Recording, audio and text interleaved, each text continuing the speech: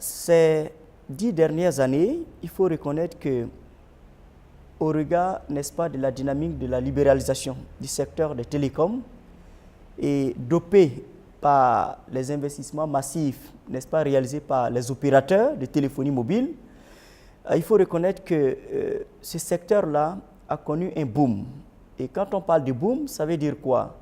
On est passé des réseaux dits 2G, aujourd'hui en Côte d'Ivoire spécifique, à aujourd'hui à un niveau de technologie dit 4G. Vous voyez, donc 4e génération. Ce qui, pour certains pays d'Afrique de l'Ouest, comparé à la Côte d'Ivoire, est une véritable évolution.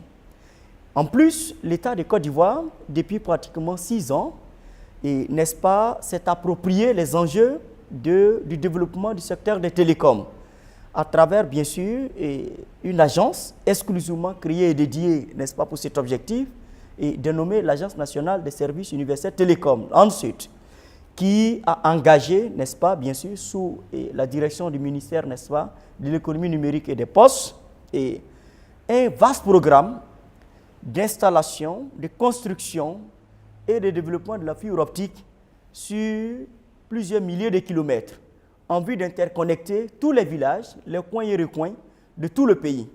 Ça, c'est déjà un élément qui est important, qui démontre déjà, n'est-ce pas, la volonté politique, mais également les actions entreprises par l'État de Côte d'Ivoire en vue d'accompagner ce qu'on appelle la volonté et surtout les objectifs d'économie numérique. Donc, en termes d'état de télécom, on peut dire que le secteur est assez dynamique, avec bien sûr de plus en plus de start-up qui se créent dans le domaine en vue de développer des services. Donc, voilà un peu aujourd'hui ce que je peux dire de la Côte d'Ivoire de façon particulière. Mais en ce qui concerne l'Afrique de l'Ouest dans son ensemble, prenons même le cas de l'espace UEMOA, qui est la zone économique, n'est-ce pas, francophone et économique communautaire ouest-africaine francophone, alors où nous avons en commun le français. Bon, pour mon expérience en ce qui concerne ces pays, il faut reconnaître qu'au regard, à l'image de la Côte d'Ivoire, beaucoup de pays sont en train d'engager des programmes dits de programmes d'émergence. Et ces programmes intègrent également aussi un volet télécom, vous voyez, pour développer le secteur des télécoms.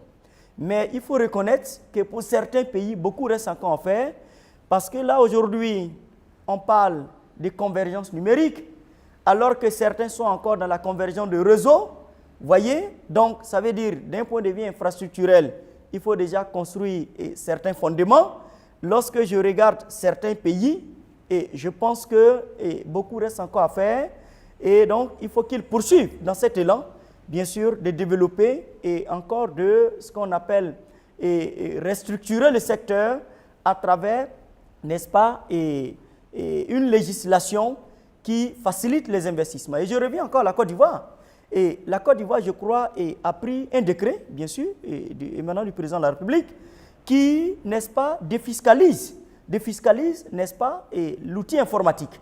Vous voyez, jusqu'en 2018. Et je pense que, et j'encourage d'ailleurs l'État à pouvoir peut-être prolonger jusqu'en 2020. Ce serait quand même ça. Il aura beaucoup plus, ce serait conforme à la volonté d'émergence prévue à l'horizon 2020. Je crois qu'il faut que l'État poursuive, n'est-ce pas, ses efforts dans ce sens, qui permettent aujourd'hui, par exemple, à tous les ménages, n'est-ce pas, de s'offrir l'outil informatique à des coûts assez compétitifs.